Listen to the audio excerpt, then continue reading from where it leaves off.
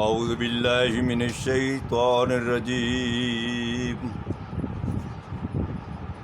بسم اللہ الرحمن الرحیم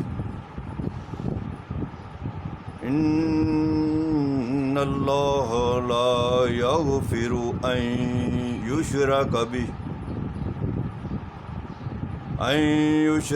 به ویغفر ما دون ذلک لمن یشاء ومن یشرک باللہ فقد ضل ضلالا بعیدا صدق اللہ العظیم رب اشرح لی صدری ویسر لی امری واحلل عقدۃ من لسانی یفقہوا قولی اللہم صلی علی محمد وعلی آلہ واصحابہ اجمعین۔ حضرات، سورہ نساء کی آیت نمبر 48 آپ کے سامنے تلاوت کی ہے۔ اس میں اللہ تبارک تعالیٰ کا ایک اہم فیصلہ درج ہے۔ ترجمہ یوں ہے کہ بے شک اللہ تعالیٰ نہیں بخشتا اس کو جو اس کا شریک کرے کسی کو، اور بخشتا ہے اس کے سوا جس کو چاہے، اور جس نے شریک ٹھہرایا اللہ تعالیٰ کا وہ بہک گیا بہت دور۔ اس آیت میں اللہ تعالیٰ نے فرمایا کہ تمام کائنات اور تمام بنی نوع انسان اس بات کو سن لیں کہ میں شرک کو نہیں بخشوں گا، کیونکہ شرک سب سے بڑا ظلم ہے۔ ان الشرک لظلم عظیم۔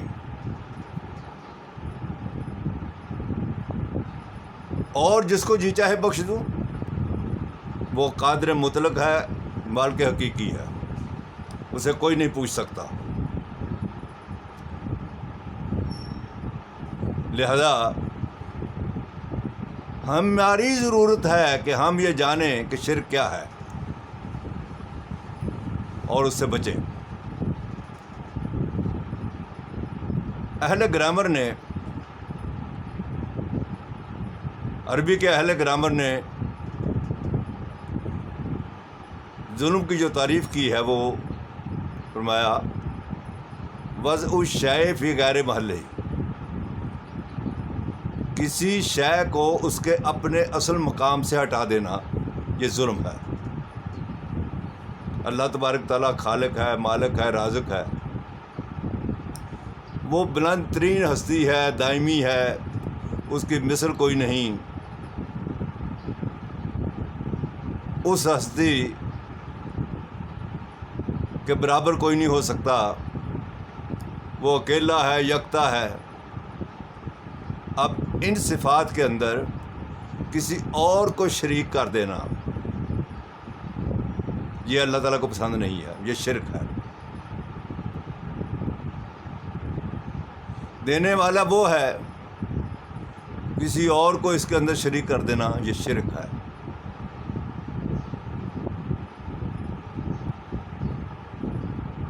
شرک کی بہت ساری قسمیں رہی ہیں۔ بعض لوگوں نے تو خدائی کا دعویٰ کر دیا کہ ہم خدا ہیں اور خدا ہے ہی نہیں۔ دہریے جیسے آج کے دور میں ہمیں معلوم ہے کہ وہ کہتے ہیں یہ مادہ ہے، آج خود ہے اور آج خود رہے گا۔ اس کے اوپر بھی میں نے لکھا ہے اور دلائل دیے ہیں، جسے شوق ہو وہ پڑھ لے۔ دہری و جواب دو میرا ایک مضمون ہے، نیٹ پر بھی اویلیبل ہے، یوٹیوب پر بھی اویلیبل ہے۔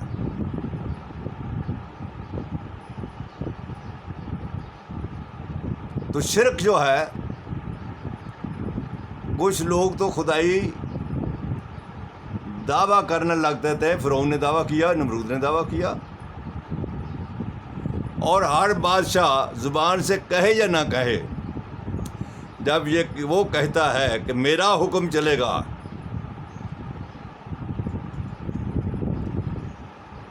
الیس لی ملک مصر, جہاں تو میرا حکم چلنا چاہیے. الناس علی دین ملوکہم, بادشاہوں کا دین, اللہ کا دین ایک طرف چھوڑ دیا, بادشاہوں کا دین چلے گا. تو گویا کہ زبان سے کہیں یا نہ کہیں, وہ معاشرہ شرک کر رہا ہے, خدائی میں شریک کر رہا ہے اوروں کو بھی. یہ سیاسی شرک تو ہم سب جانتے ہیں, بادشاہوں کے شرک کا ہمیں معلوم ہے, لیکن کبھی ہم نے روحانیت کے شرک کو نہیں پہچانا.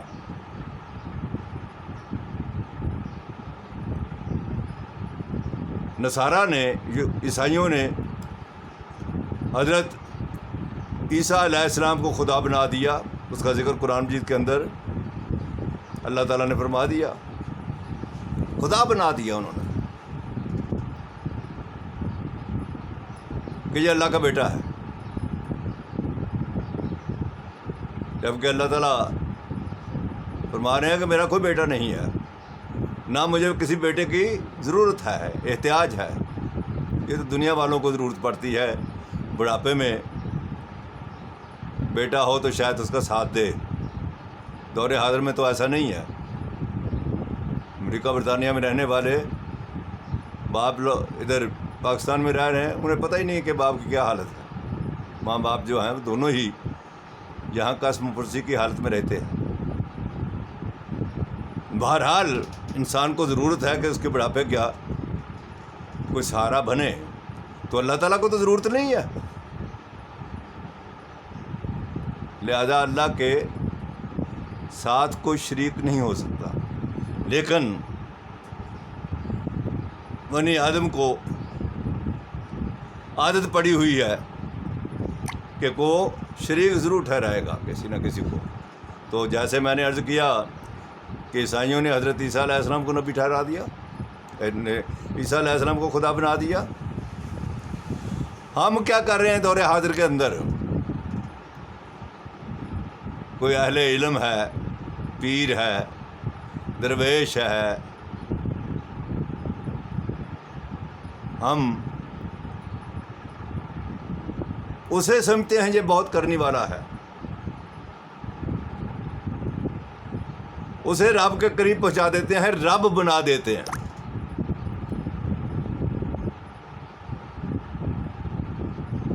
یہ بھی قرآن مجید کے اندر اللہ تبارک تعالیٰ نے سورۃ توبہ کے اندر بنی اسرائیل کا ذکر فرمایا. جو گزشتہ قوموں کے اللہ تبارک تعالیٰ جو ہیں وہ ذکر فرماتے ہیں تو وہ ہماری اصلاح کے لیے فرماتے ہیں. فرمایا اتخذوا احبارهم ورهبانهم اربابا من دون اللہ, انہوں نے اپنے پیروں کو, اپنے علماء کو رب بنا دیا اللہ کو چھوڑ کر کے. بات کیا تھی؟ حدیث پر حضرت عدی بن حاتم رضی اللہ تعالیٰ عنہ نے حضور اکرم صلی اللہ علیہ وسلم سے سوال کیا, اس لیے کہ وہ پہلے عیسائی تھے. انہوں نے کہا یا رسول اللہ صلی اللہ علیہ وسلم, ہم نے انہیں کبھی رب تو نہیں مانا تھا. حضور اکرم صلی اللہ علیہ وسلم نے فرمایا کیا تم ان کی ہر بات بلا تحقیق نہیں مان لیتے تھے؟ عرض کیا یہ تو تھا. فرمایا یہی رب مان لینا ہے, بغیر تحقیق کے, بغیر ثبوت کے, بغیر کسی کسوٹی کے جو بات کہہ دی اعلیٰ حضرت صاحب نے مان لی. یہ تقلید ہے, یہ قرآن حکیم کے خلاف ہے. اللہ تبارک تعالیٰ نے انسان کو آنکھیں دی, کان دیے, دماغ دیا, تدبر کرو, تعقل کرو, غور و خوض کرو, اور قرآن حکیم دے دیا. اس کے مطابق اپنے آپ کو استوار کرو. ہمارے ہاں تو یہاں پاکستان کے اندر ایسا ایک مزار بھی ہے جس کے اندر بشتی دروازے رکھے گئے ہیں کہ جو ان میں سے گزر جائے کوئی بہشت میں چلا گیا.